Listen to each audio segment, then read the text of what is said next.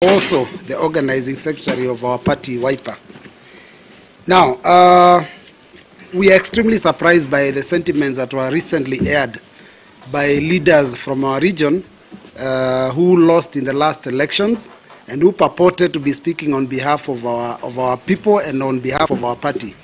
And we just wanted to clarify that those people that gave a statement on behalf of our community, who indicated the political direction that our community is taking, actually were speaking out of turn, because none of them is mandated currently by the people to speak on their behalf. You all know the Constitution is very clear that sovereign power is vested in the people and exercised either directly or through their elected representatives. So today here, the statement we are issuing is from those elected representatives. And this is what we have to say, that our community, that is Lower Eastern, the people of our region, overwhelmingly supported the NASA presidential candidate, His Right Honorable Raila Amolo Odinga, and his running mate, Stephen Kalonzo Musyoka. We want to say that our people still intend, in fact, even more than last time, to elect them back in office come the date that will be determined for the next election. We also want to state that there's been rumors going around that as if the party is losing in numbers. We want to state that the numbers speak for themselves. You all know that the parliamentary office bearers, the number is still the same as it was before.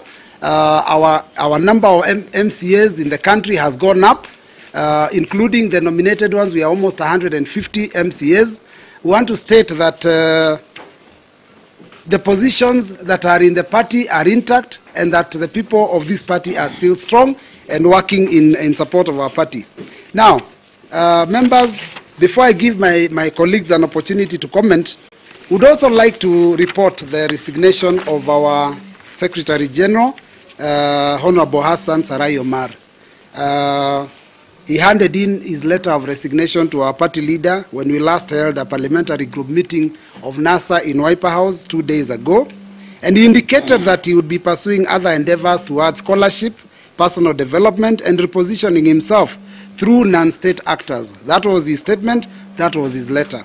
What we'd like to say is that as a party, he did indicate that he would be unable to continue serving in the capacity of elected Secretary General because it would interfere with his future endeavors.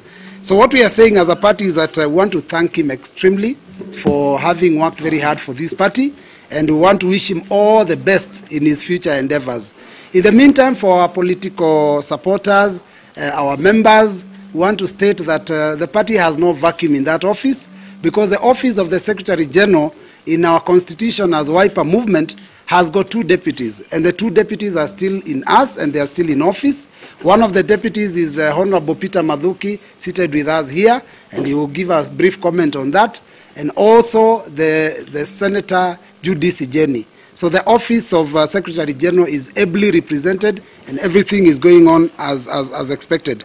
Finally, I would like to just say that Wiper as a movement is intact in NASA and intending to deliver the votes of Lower Eastern. We had a percentage of almost over 80%. Now we intend to get almost 100%. Our people are determined to ensure that we drive this Jubilee regime out of office. Thank you very much. I will give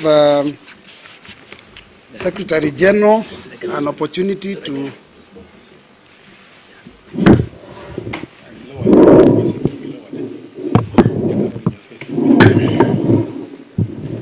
Thank you very much, Organizing Secretary. Yes, again, my name is Peter Mathuki, Deputy Secretary General of the party. I fully associate myself with the comments by the Organizing Secretary. Indeed, than ever before, Wiper Democratic Movement is very strong. We saw many members of parliament, we saw many MCS, we have senators, we have governors in that. In fact, we have now 2 governors. The 3rd one is coming very soon in Machakos, where you all know I was an interested party. Of course, we welcome the resignation of Hassan Omar. We appreciate, in fact, that is leadership to me, by the fact that he was Secretary General, and you all know that he was coming from Mombasa.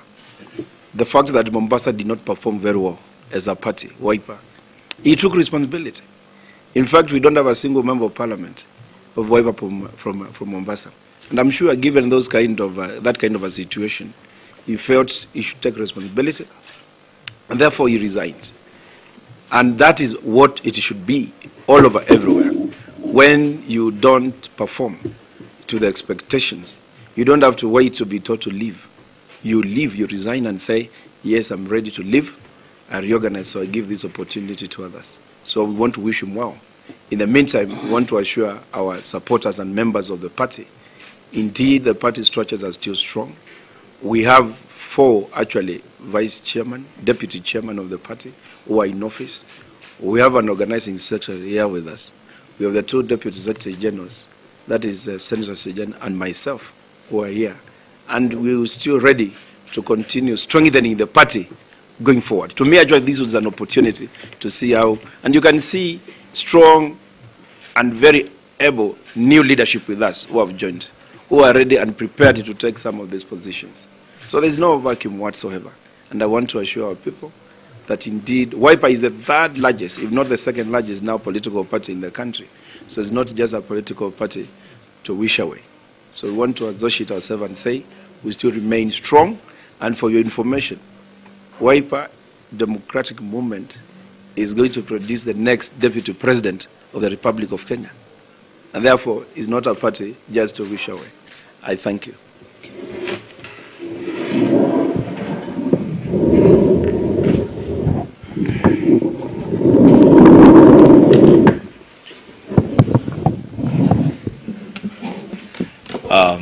Thank you very much, colleagues. And I call you colleagues because really I am your colleague. I want to associate myself with the remarks of my colleagues here.